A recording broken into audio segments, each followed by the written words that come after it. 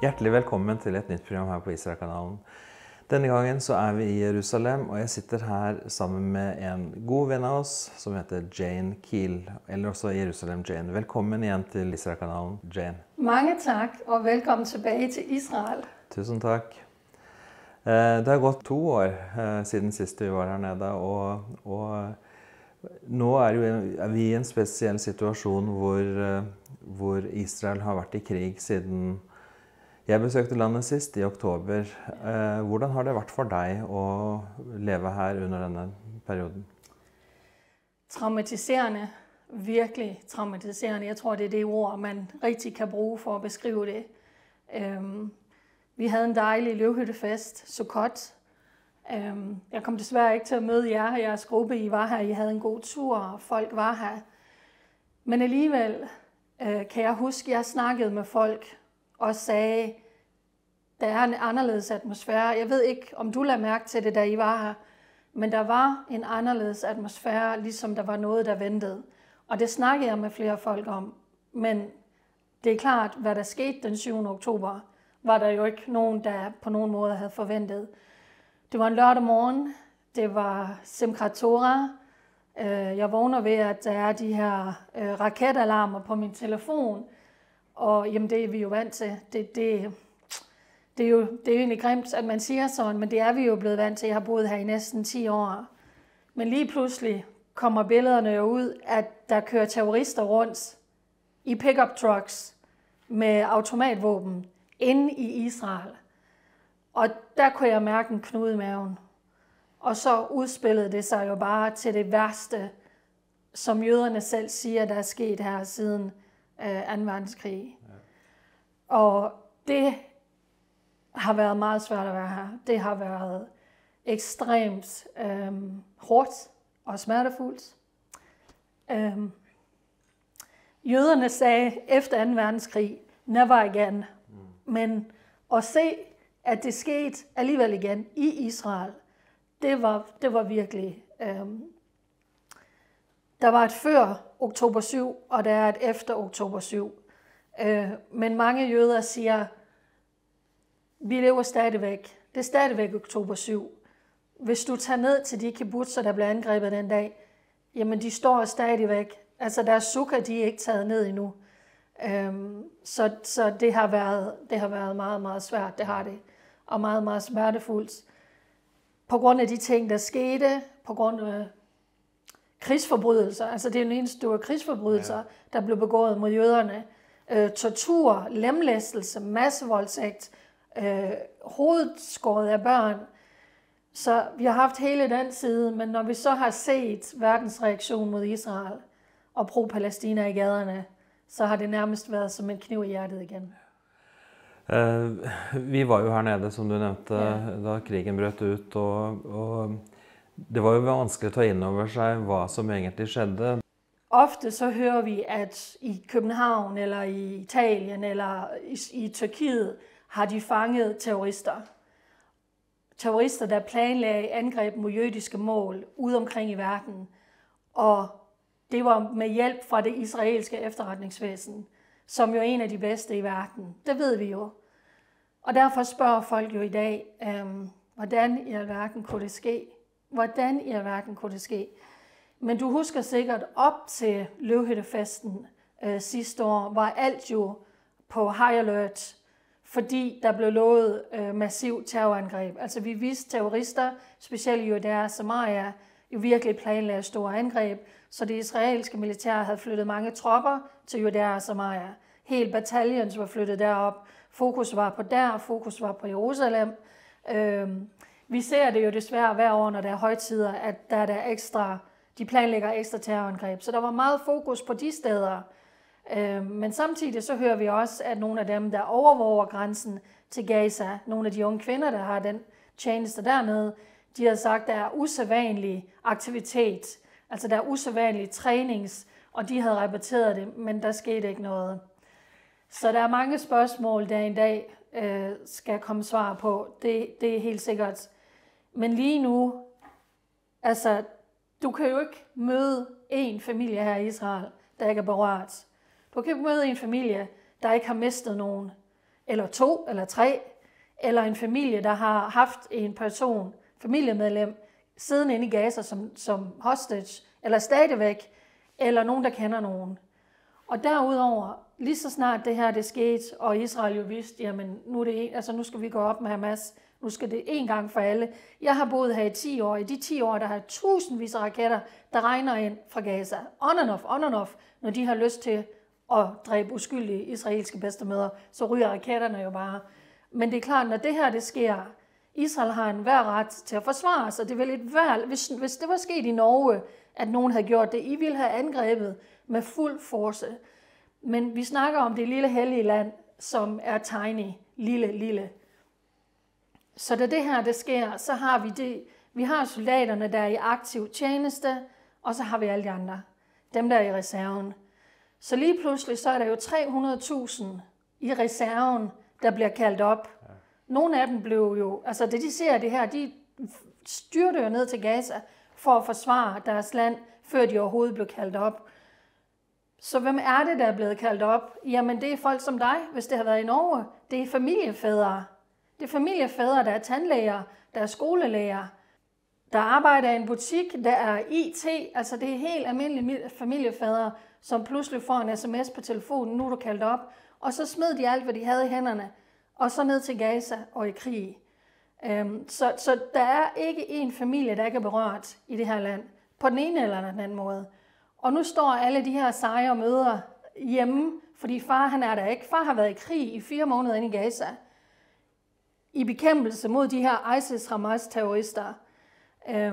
Og det er der meget af tingene er lige nu. Altså, hvorfor skete det? Hvem skal have skylden? Det må komme senere, fordi traumet lige nu er stadigvæk for stort.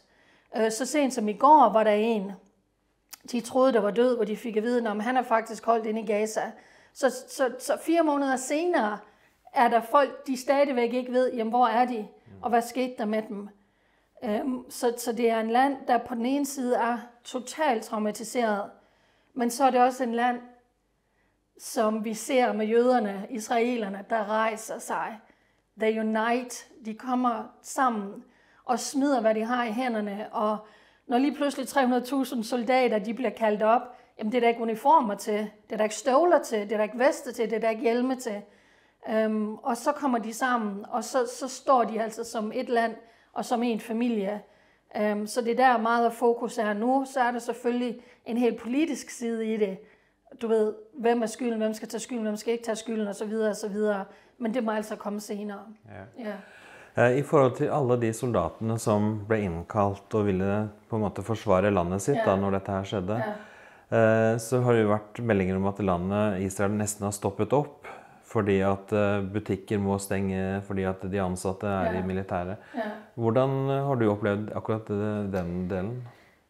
Da det her det skete den 7. oktober, og du ved, jeg kan huske, at jeg gik i bad, fordi jeg tænkte, det var tidligere om morgenen, jeg tænkte, jamen jeg skal da arbejde. Altså der bliver der noget, jeg skal repetere for under bruseren, og så begyndte det at udvikle sig, Og allerede den næste dag, og den næste dag igen, hvor jeg kommer herud, jamen butikkerne var lukket.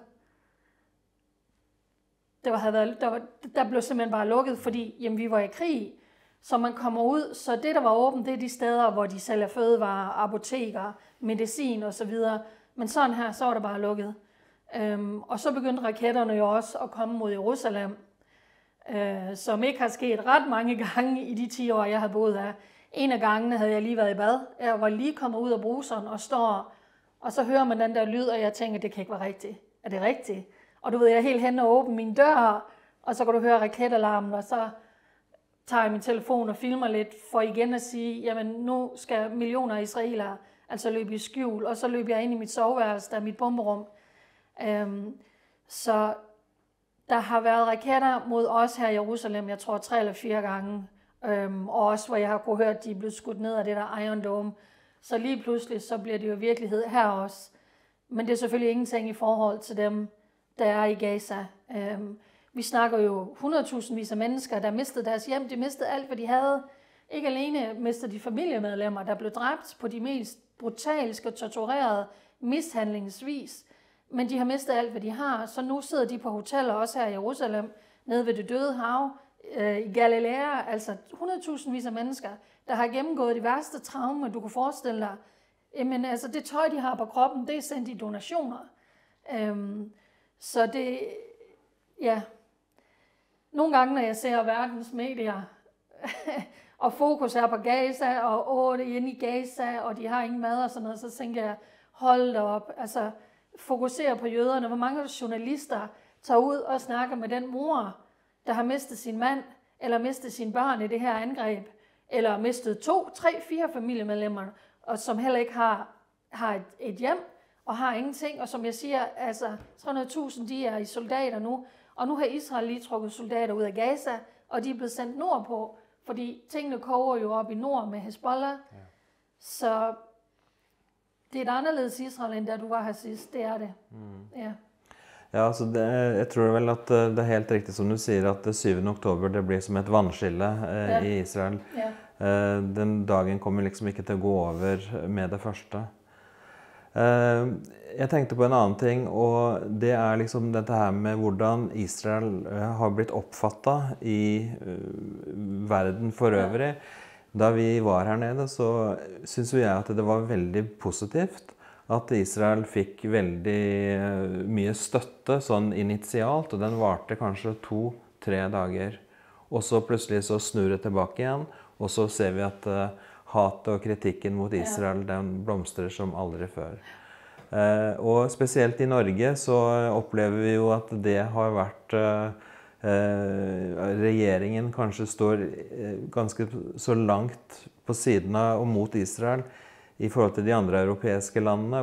Hva er ditt inntrykk av Norges funksjon etter å ha opplevd media her nede og responsen herfra? Jeg er så glad for, at jeg kender dig og mange vidunderlige kristne i Norge. Jeg ved, der elsker Israel. Det er så vigtigt, fordi jeres regering er ikke ret god. For eksempel hele situationen med UNRWA, FN's hjælpeorganisation, som jo viser sig nu, de er fuldstændig embedded. Altså det Hamas og UNRWA, de er sådan her. Og hvor mange lande har sagt, jamen dem vil vi ikke støtte, så siger Norge, jamen dem støtter vi alligevel, og opfordrer andre til at støtte dem. Og det er sørgeligt. Det er sørgeligt, og det bliver noteret hernede. Det er noget, der bliver noteret. Men derfor så gør det godt i mit hjerte, når jeg så kunne dele de billeder, som du sender, og siger, prøv at se her, vi står med Israel oppe i Oslo, som I gjorde. Og det er jo det, vi har set i mange... Jeg snakkede med en, hvor jeg sagde, hele verden og hver eneste person har vist, hvem de er, og hvad de indeholder, og hvad der bor i deres hjerte med det her. Fordi du kan ikke være ligegyldig, og hvis du er ligegyldig, så har du taget, altså står du imod Israel. Det, der skete den dag, når jøderne selv sammenligner det med Holocaust, og jamen, jeg kunne jo begynde at fortælle om de ting, de har gjort, altså mishandling af kvinder, og skåret i deres private områder på kroppen, og massevoldtaget dem, og jamen, det er jo uhyrligheder, man kan slet ikke, altså... Men verden, når det kommer til Israel, har bare en dårlig kompas, en moral kompas, og det er specielt medierne. Som du selv siger, Israel havde lige en lille vindue, hvor der var sympati og så videre, men så kommer hele pro-Palæstina-løgnen jo, der bare rager ind, og så er det pludselig der, hvor fokus den er. Og jeg tænker nogle gange på, for eksempel også med din regering, vi skal støtte UNRWA og alle de der ting. Israel og den soldaterne inde i Gaza, hver eneste dag, så frigiver de jo videoer og billeder. Nu fandt vi våben i den her skole. Nu fandt vi våben i den moské. Nu fandt vi våben i den moské. Vi snakker skoler, moskéer, dansk, playgrounds, legepladser. Det hele er terroriststeder. Og en ting inde i Gaza, der ser du, hvad der er op over jorden. Men de har jo en hel by nedenunder jorden med alle deres tunneler. Det burde være der, hvor fokus den var. Og man kan sige, hold op, verden de har sendt 100 millioner, altså de har sendt mange milliarder ind til Gaza for at hjælpe befolkningen. Hamas stjæler dem, og de har bygget en hel tunnelværk dernede, der er større end metroen i London. Og der sidder gidsler nede, der bor de nede, altså har de jo fundet, jeg ved ikke, hvor mange millioner i kontanter også dernede. Og alle de ting kommer ud, og alle de ting kommer ud. Og når man tænker på hver dag, så hører man et tal om 30.000 er blevet dræbt. Altså du ved, Israel har myrdet 30.000. Når man den israelske hær har været ude at sige, 10.000 af dem, det er terrorister. Men det hører du aldrig. Så det er den der løgn i medierne, fordi jamen, du kan jo ikke stole på noget, der kommer ud inden for Gaza, fordi hvem styrer alt inde i Gaza? Det gør Hamas. Og det er der, man er nødt til, hvor jeg siger, det er der, man er nødt til at være vågen. Altså, det er jeres regering nødt til. Det er alle landets regeringer nødt til. Men der er bare for meget løgn og manipulation. Jeg tenker også på denne situationen som er på Gaza, eller i områdene rundt, da, hvor folk ikke altså måtte rømme fra. Og de er jo da, som du nevnte i stad, de bor på forskjellige steder, på Dødehavet, Eilat og rundt omkring. Er det noen tanke på når de eventuelt skal kunne komme tilbake igjen? Det, der lige er sket nu, det er, at nogle af kibbutzerne nede ved Gaza, var der blevet sagt 1. marts, der vil nogle af dem kunne komme hjem. Men det er lige blevet forlænget nu, eller det snakker de i hvert fald om, at det skal forlænges frem til, jeg tror det var 1. juni til sommer, fordi det er simpelthen ikke klart. Det er ikke sikkert, og hvor skal de bo? Så folk, der har siddet på hoteller siden oktober, kommer nok til at sidde frem til 1. juni. Det er det sidste, jeg har hørt. Men det er klart, de kan jo ikke tage tilbage, hvis der ikke er et sted at tage tilbage til. Ja, for hele den situationen er jo veldig kostbar for Israel også. Ja. Bare det at holde militæret i gang koster. Ja. Det at du skal ha folk da borte fra sine hjem og tape arbejdspladser og alt dette her. Men ved du hvad? Og her bliver mit hjerte så glad. Fordi kristne i hele verden, de har virkelig rejst sig. Nu ser jeg forskellige kristne tv-stationer. Der er jo sendt millioner herned fra amerikanske tv-stationer, fra europæiske kristne organisationer, hvor jeg kan se, at nogle af dem, der sidder på hoteller i dag, jamen det er betalt af kristne fra rundt omkring i verden. Altså, det gør mit hjerte glad. Der er mange, der bliver taget indsamlinger, sådan at mange soldater, de får nye støvler og nye veste, fordi de kristne rejser sig og siger, det er, altså hvis vores regering ikke står med Israel lige nu, så gør vi i hvert fald. Og det så jeg her forleden dag, hvor nogen, jamen de har fået betalt for kristne i USA, hotelopholder i månedsvis. Og det er imponerende. Jeg har også set en del aksjoner, hvor man har hjulpet de soldatene da med militærutstyr, altså ikke våpen, men med vester og hjelmer og sånt, som du siger da. Først så er der den almindelige her, altså dem der er i active duty. Men så kom der lige 300.000 mere reserven, og det er der jo ikke noget land, der har udstyr til. Men der har de kristne godt nok. Det er jeg meget berørt over. Ja. I Israel, sånn som situasjonen er nå, føler folkene her seg forlatt av resten av verden, eller er det, altså Amerika støtter jo Israel, visse land i Europa støtter også Israel, samtidig så er det liksom et voksende hat, og spesielt fra den muslimske delen i Europa. Hvordan føler du at israelerne tenker rundt dette emnet? Der er de to sider. Der er den ene side, hvor jeg lige har sagt, de har virkelig set, de kristne har rejst sig. Altså, de er godt klar over, det er jo helt op til Benjamin Netanyahu, der siger, vi ved godt, hvem vores venner er. Det er de kristne. Men ja, så har du hele den anden side, pro-Palæstina, from the river to the sea, Palestine will be free. Når du ser det had, der er ude i gaderne i dag, det har jøderne jo set i mange år, men det er jo fuldstændig eksploderet nu, på grund af inde i Gaza. Men hvis Hamas brød jo en våbenhvile, der eksisterede den 7. oktober. Hvis de ikke havde angrebet Israel, og hvis de ikke havde taget de gidsler, jamen så havde Israel slet ikke været derinde. Men det blev jo hurtigt skubbet væk, fordi Israel får skylden for alt, hvad der sker derinde. Men det er Hamas, du kan give skylden for, hvad der sker derinde. Og Islamic Jihad, og hvad er de? De er proxyer af Iran. Så Israel kæmper jo mod Gaza, de er oppe i nord, så kommer de fra syd, Houthierne skyder, så sker det oppe i Syrien. Israel kæmper faktisk på flere fronter lige nu, og de har taget soldater fra Gaza, og de er sendt op nordpå nu. Nogle af de bedste tropper er trukket ud fra Gaza, sendt op nord, fordi de ved, at det er kun et spørgsmål om tid, med Hezbollah. Hezbollah fyrede 30 raketter inden for de sidste 24 timer ind i Israel fra Libanon. Så en af lederne for flyvåbnet sagde, 2024, det bliver et hektisk år. Altså det bliver en krigsår, og det kommer. Altså det kommer. Og derfor, som jeg sagde før, hver eneste person er på valg lige nu. For står du med Israel, eller står du ikke med Israel? Og vi som kristne, hvad siger Gud til os? Comfort my people. Trøste mit folk. Fordi hvis der er nogen, der har blevet været forfulgt ned igennem historien, altså, og Hamas, jamen hvad gjorde de? De forsøgte en genocide, hvad hedder det på dansk, mod jøderne. Det var det, de forsøgte den 7. oktober. Og Hamas-leder siger, at det var første forsøg. Det gør vi igen.